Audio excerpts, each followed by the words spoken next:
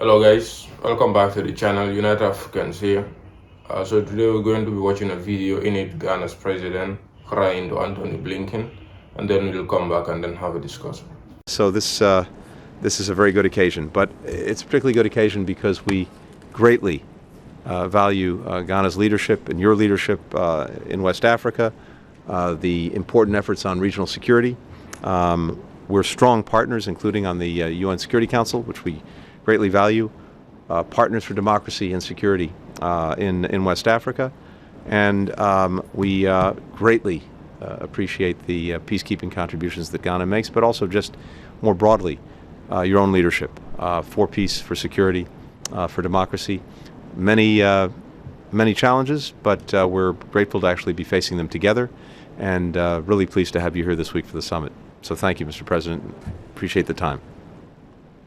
So, Mr. Secretary, thank you very much. We'll just thank the American government for the invitation to participate in this summit. I think it's a summit that's been long overdue. I believe it's the second. The last time was, over 10 years ago. Yeah, perhaps we should be doing more. But it's good that it has happened. It gives us an opportunity to talk about many common threats and challenges that we have, which you've identified. And particularly for us, to be able to put into relief where we are. Yesterday I had I was part of an extremely useful meeting with the people from the Congress to come and talk about security matters. I believe that, Madam, you were there, you were part of the meeting. And its significance for us. And I think that beyond everything, that is a matter that I want to urge upon you. Today, Russian mercenaries are on our northern border. Burkina Faso has now entered into an arrangement to go along with Mali in employing the Wagner forces there. I believe a mine in southern Burkina has been allocated to them as a form of payment for their services. Prime Minister of Burkina Faso in the last 10 days has been in Moscow.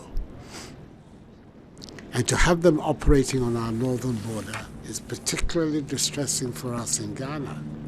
Apart from not accepting the idea of great powers once again making Africa their theater of operation, we have a particular position that you know about over the Ukraine war, where we have been very, very vocal and upfront about condemning the invasion of Russia by Russia. And therefore, then now to have this group at our borders is a matter of some considerable disquiet and concern for us. We really like to have a privileged opportunity to talk about its implications and what we believe ought to be the case. This is what took place with the discussion in the Congress yesterday, which I found very fruitful. And I would like that the themes of that discussion should be the themes that we should continue to address. To what extent we can have you as a partner in confronting these threats. It is very important that ECOWAS and the West African area remains a democratic space. It's the reason for the actions we took over the coup d'etats in Burkina Faso, in Mali, and in Guinea. And ECOWAS has been very consistent in refusing to deal with these governments because of the undemocratic nature of their accession to power. The commitment to democratic values and institutions is a high priority for our states. We in Ghana have been through all kinds of arrangements, governance arrangements in the past, one-party state, all kinds of experiments have taken place. And our people are now very clear in their mind. They want to go down the avenue of democratic engagement. And that is why the last 30 years of the Fourth Republic have been the most stable in our country's history. We want to do everything to preserve that. But there are enemies of democracy who are working hard in West Africa today. And therefore, it's important that we bring that matter to your notice and see to what extent we can engage you as a reliable partner in the pushback of those forces. There are other areas, of course, of great significance too, the cooperation for economic growth and for the development and for the making of prosperity for our people, which is to some extent part and parcel of the same fight. Because if the young people have things to do, they're not going to be recruits for terrorist forces. So all of that is part and parcel. But specifically, what we can do about the terrorist threat in West Africa is now the major security concern of all our states, especially the coastal states, that up till now, to the last 6 months, have been relatively free of this threat. But now on all our common borders of Benin, Togo, Ghana, Cote d'Ivoire, are these forces that are operating there. And we have to find a way to be able to respond, and respond effectively to protect our populations from. Yeah, guys, that's the video for you, man. Basically, he called a minister, because in America, he's like a minister of state of affairs, like foreign minister. Like Ghana's foreign minister, if Ghana's foreign minister goes to America and then Biden starts telling him that America has problems, how Ghana can help, stuff like, not even president to president, it's like president to minister. He said the common enemy America has with Ghana. What common enemy does America have with Ghana? What common enemy does America have with Ghana? They have no, their GDPs are different, their global stands are different, the part in the world both the countries are in is different. Ghana is all the way in Africa, in Western Africa. America is all the way in the north. What common enemy does Ghana's president have with America? It doesn't make sense. You see, this guy, I've never trusted this guy. I've always doubted him. I've always doubted this guy for a long time. I do not believe in any African that speaks English so passionately like this guy does. We need to be wary. Not everyone with the black skin is for the cause. Not everyone with the black skin is for the cause. We have seen leaders, prominent black leaders, African leaders, taken out by the very people they believe in. Why? Because they had the black skin. It happened to Thomas Sankara, it happened to Malcolm X, and many others, that believe that whenever you have a black skin, you have the African agenda. So this is what we ought to do. We treat you accordingly. We treat you accordingly, regardless of the skin you have. Once you come with your agendas, we take a look at it. We've seen to it that you are a sellout. We treat you accordingly. Ghana has no common enemies with America. Russia is not an enemy of Ghana. Number one. Burkina Faso is not an enemy of Ghana. Mali is not an enemy of Ghana. If for one thing, he called the enemy to complain to the enemy about enemies that do not exist. That is the problem I have with this guy.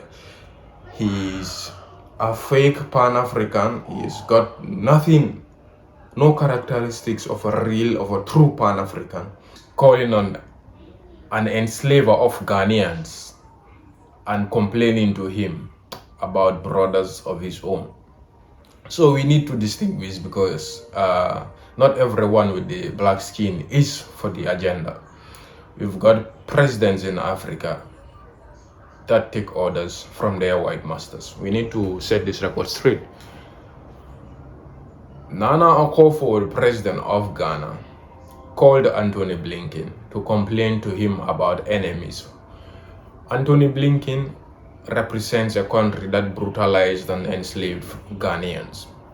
Burkina Faso never enslaved any Ghanaians. Mali never enslaved any Ghanaians. Niger never enslaved any Ghanaians. He went to a colonizer to complain to him about threats to Ghana.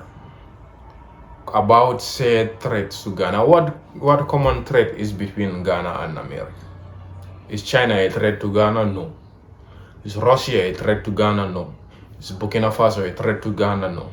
Is Mali a threat to Ghana? No. Is Niger a threat to Ghana? Obviously not. He called the threat to Ghana to complain about countries that are of no threat to Ghana. I mean, at the end of the day, we need to hold these leaders accountable. Nana Akufo represents Ghanaians, a country where Pan-Africanism was born. Nana Akufo should not be anywhere near that presidency. And I hope Ghanaians listen to what he has said. I hope Ghanaians, because I know Ghanaians are conscious. Ghanaians are one of the most conscious people on the continent of Africa. They know what they want, they fight for what they want, and they are able to come to terms, come to a form of unity, and go in for what they want, which is very rare in the African countries. There are few African countries that are able to do this, counting Senegal in and before South Africa, and before my own country. It used to happen there. But now everyone has turned to chicken boys. He says also that these meetings between him and Blinken should happen frequent, that they should have meetings frequently. What are you going to discuss with America, Chief? What common goals do you have with America? America is standing here, you are here. What common goals do you have with America? You don't have anything with America. America has always fought to make Africa never grow. So I fail to understand why you call that the same America to come and help you out. He says the relationship between Africa and America needs to be tightened. There has always been a relationship between Africa and America. Where has it gotten us? Nowhere. If the only thing that is there, it has only kept Africa poorer and poorer, and them waging wars and killing African leaders. America killed Lumumba. America killed Gaddafi. Those are people that wanted to bring prosperity in the African continent. If the same America wants prosperity for the African continent, it wouldn't have killed those leaders. They killed African leaders, they enslaved Africans, took them to the Americas, and continued brutalizing them. Haiti is in a crisis America cannot solve, and they are a neighbor. They are part of people that enslaved Haiti and then segregated them because they were black. America still continues to brutalize Africans in their country. So how can America come to the African continent and stop any form of threat on the African continent? Ghana's president is of no use for the Ghanaians. He is there to sell the country to the highest bidder, to the highest Western bidder. He is of no use to the country of Ghana. He is of no use to the people of Ghana and Africa at large. Remove this president and let him go and remain in the UK or in the US or any other part of these Western countries he wants to be. He is of no use to the people of Africa and Ghana to be particular. Let us avoid anything that has to do with them. Nothing good comes from them. They are an absolute total bad news to the African continent. Anything that has to do with America is bad news to the African continent. We ought to come together and fight and see to it that Africa is free from all form of external interference. Antony Blinken is no friend to Africa. Kamala Harris is no friend to Africa. Neither is Joe Biden any friend to Africa. The entire American system is an enemy formed against African countries and their leaders. The sooner you know of this, the better for you. They are our enemies. We ought to treat them as one. Thank you for watching the video. Hope you have a wonderful day. Signing out. United Africans.